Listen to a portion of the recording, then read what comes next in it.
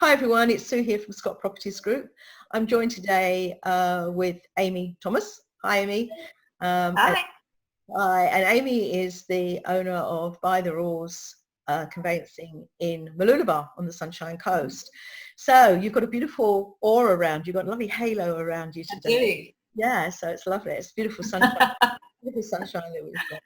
So Amy, look, a lot of people have been saying to me and that contracts are being pushed out primarily through finance. How are you finding that at the moment?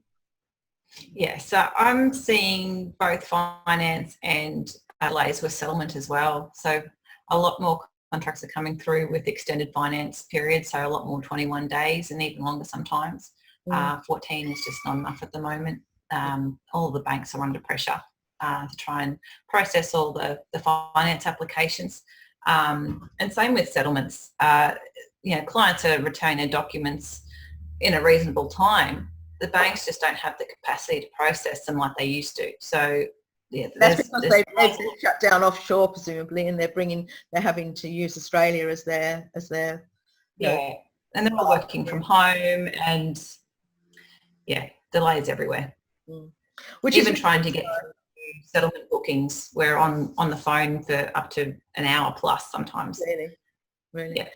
And am I right in saying that a lot of the contracts now, finance, are not actually able to go unconditional because there are conditions within the finance, so it could be delayed because of that. I've had a couple conditional finances where lenders are asking for confirmation of employment, for example, only a few days out from settlement, which is causing problems because usually a finance condition is satisfied well in advance of settlement, not 2 days prior. So we were very fortunate on one particular matter that the seller was understanding of the issues that everyone's facing and were happy to allow the buyer to have their finance condition satisfied only a few days prior to settlement, which is just...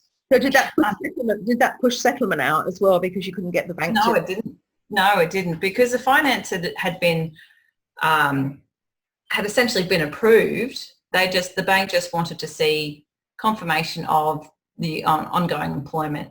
So loan documents had been signed. The bank was ready. They just had to have that final check off before settlement.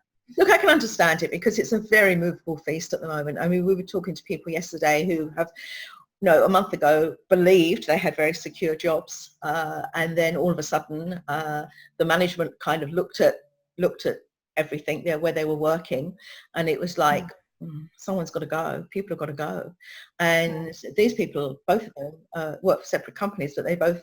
One's has been laid out, has been laid off completely, and the other one will probably be able to get something going, in perhaps a few weeks' time. But they were about to settle, and they had to pull out, and they were a little bit peeved, I think, because at the end of the day, it was a transient situation, and the difference between what the bank were prepared to offer them on the second occasion to what they could make that difference up. I think it was around about 10,000. So they could actually, and they were happy to take money out of their super to make that difference so they could get settled and move on. But unfortunately, the vendor was like, well, look, I can't keep doing this. But they're back in the same situation because the house is now back on the market. They haven't got a buyer. So what would have actually been probably an extension of probably no more than 7 days, they've now got nothing, and they've got to find it again. And they've come back, apparently, and they've come back to the original buyers saying, oh, well, okay, look, if you can still do it. And they went, no, we've bought something else now. You didn't want us. You wouldn't work. I think either party have to start being a little bit more flexible at the moment, a little bit more understanding. And just the delays that are happening everywhere. And like you said, sorry? it's inevitable, really, that that might happen, because everyone's been extremely cautious, and quite rightly so, because we don't want to go back where we were a few years ago, where money's, it's irresponsible lending, and they've got to be responsible now. And I think well, I don't know, you're probably better to judge that than I am, but talking to the brokers, the lenders are trying hard to make it work too, because at the end of the day, banks have got to lend money. I mean, otherwise the whole world just implodes. So that's right.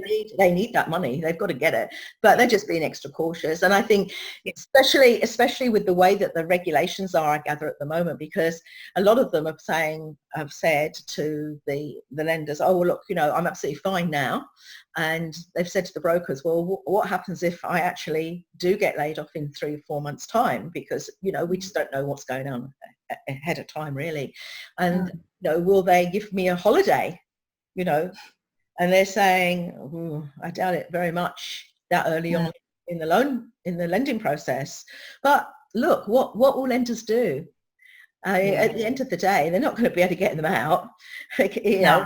So I'm hoping that there'll be common sense comes into it, really. Yeah, and hopefully everything eventually goes back to some sort of normality. To a degree.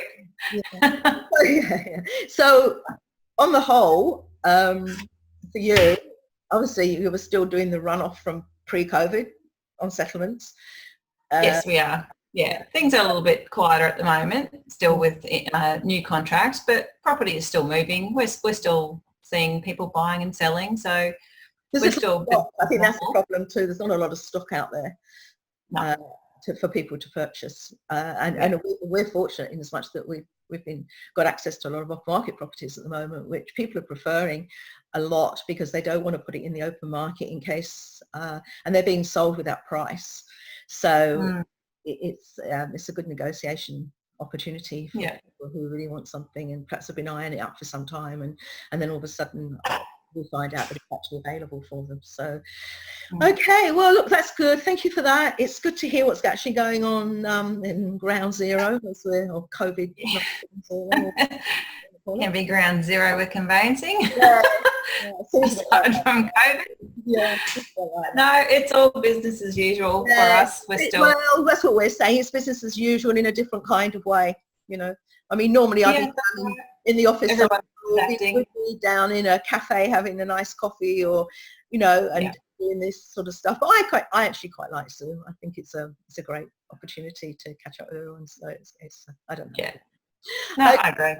Yeah, it's all good fun. Okay, well, lovely. Thanks, Amy, for that. And what I might do is, if it's okay with you, I might get in touch with you again in about 6-7 weeks' time to see where we're going, because I think we'll get more idea as to what's, where we're heading into the winter now. No, that sounds great. Okay, well, have a nice weekend. Okay. Yeah, thanks. You too. Thanks for that. Bye now. Bye. Bye.